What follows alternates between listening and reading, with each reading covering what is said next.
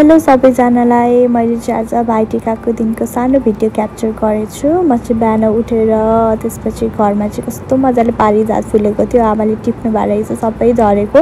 त्यसपछि हनुमानजीलाई ढोगेँ अनि तातो पानी खानातिर लागेँ। त्यसपछि मम्मीले मलाई कपालमा तेल लगाइदिनु भयो। आमा यहाँ पुरा बोडी केलाएर रेडी पारिराख्नु भएको रहेछ।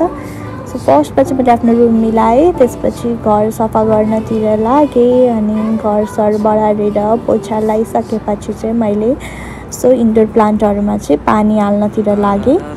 अनि त्यति गरिसकेपछि खरकुलो पनि तयार पारेर राखेँ अनि आमाले चाहिँ यहाँ सब भित्रको तयारी गरिसक्नु भएको रहेछ।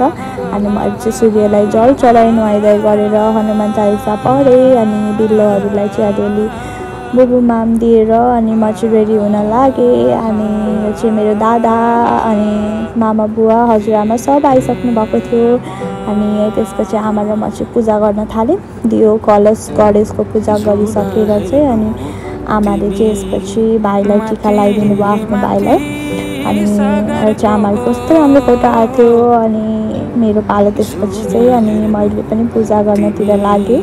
भाइहरूको ओखर सोक्खर फोरेँ अनि उनीहरूले पनि मलाई टिका लगाइदिए, लत्तर पत्तर पारेर लगाइदिएपछि चाहिँ अनि फुपू पनि आउनुभयो। योपालि फुपूको तिहार थिएन, त्यही पनि भाइलाई गिफ्ट अनि त्यसपछि मम्मीको लागि पनि गिफ्ट बोकेर आउनुभएको रहेछ फुपूले। अनि यो चाहिँ मेरो गिफ्ट भाइले दिएको अनि यो चाहिँ दादाले दिनुभएको।